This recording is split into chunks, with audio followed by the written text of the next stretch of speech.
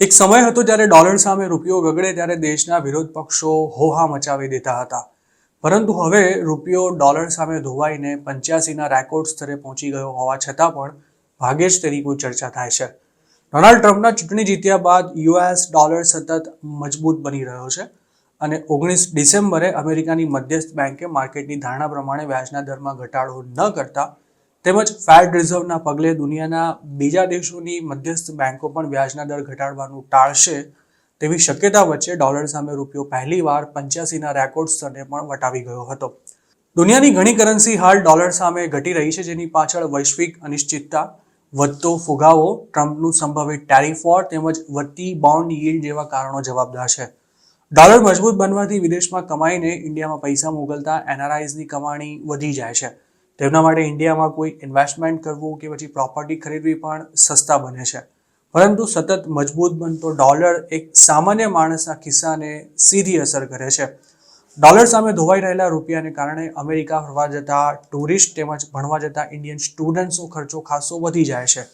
તેમાં લોન લઈને ભણવા જતા સ્ટુડન્ટ્સ પરનો આર્થિક બોજ ખૂબ જ વધે છે. મજબૂત ડોલર ઇન્ડિયા જેવા દેશના આયાત નિકાસના ગણિત પણ ખોરવી કાઢે છે. ક્રૂડ ઓઇલ સહિતનો દર વર્ષે જે અબજો ડોલરનો માલ સામાન વિદેશથી આપણા દેશમાં આવે છે તેનો આયાત ખર્ચ પણ ડોલર મજબૂત બનવાને કારણે સતત વધતો જાય છે. 2024ના નાણાકીય વર્ષમાં જ ઇન્ડિયાનું crude oil import bill $134 billion જેટલું રહેવાનું છે. આ રકમને જો રૂપિયામાં કન્વર્ટ કરવામાં આવે તો ખ્યાલ આવી જશે કે જેમ જેમ ડોલર મજબૂત બને છે તેમ તેમ ક્રૂડ ઓઇલ પણ આપણા માટે કેટલું મોંઘું થતું જાય છે. હાલ ઇન્ટરનેશનલ માર્કેટમાં ક્રૂડ ઓઇલના ભાવ ઘટે છે તોય તેનો લાભ પોતાના વાહનોમાં રોજે રોજ પેટ્રોલ કે ડીઝલ પુરાવતા લોકોને નથી મળતો અને તેમાંય વધતા ડોલરને કારણે પેટ્રોલ ડીઝલ સસ્તા થવાની રહી સહી આશા પર પણ પાણી ફરી વળે છે. ઇન્ડિયાની ઘણી કંપનીઓ તેમજ સરકાર ડોલરમાં દેવું કરે છે. ભારત સરકારનું દેવું જૂન 2024માં $682 બિલિયન હતું, જેમાં 3 મહિનામાં જ $13 બિલિયન વધારો થયો હતો. આ દેવાનું વ્યાજ પણ ડોલરમાં ચૂકવવું પડે છે, જેથી રૂપિયો જેટલો ધોવાય તેટલો દેવાનો બોજ પણ વધતો રહે છે અને તેમાંય ડોલરમાં ચૂકવણી કરતી કે પછી દેવું કરતી કંપનીઓના આર્થિક ગણિત કરન્સી માર્કેટમાં થતી ઉથલપાથલને લીધે ખોરવાઈ જતા હોય છે. ડોલર જેટલો મજબૂત બને તેટલી આપણી આયાતો પણ મોંઘી બની જાય છે અને છેવટે તેનો બોજ ગ્રાહકો પર જ પડે છે. તેના કારણે જીવન જરૂરી ચીજ વસ્તુઓના ભાવ પણ વધે છે અને ફુગાવો વધતા સામાન્ય માણસના ખિસ્સા પર તેની સીધી અસર અનુભવાય છે. જોકે ડોલર મજબૂત થવાથી આપણી નિકાસ દ્વારા થતી કમાણી વધે છે. આઈટી તેમજ ફાર્મા કંપનીઓને ડોલરમાં મળતા પેમેન્ટની વેલ્યુ પણ વધી જાય છે.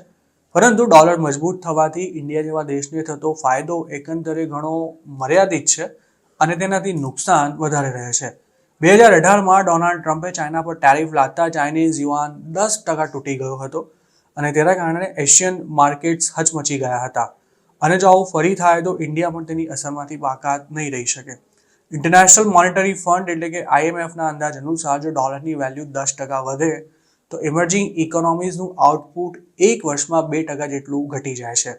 ટૂંકમાં ટ્રમ્પની આર્થિક નીતિઓ અમેરિકામાં મોંઘવારી વધારશે તેવી શક્યતા વચ્ચે મજબૂત બનતો ડોલર ઇન્ડિયામાં પણ મોંઘવારી વધારવામાં કારણભૂત બની શકે છે.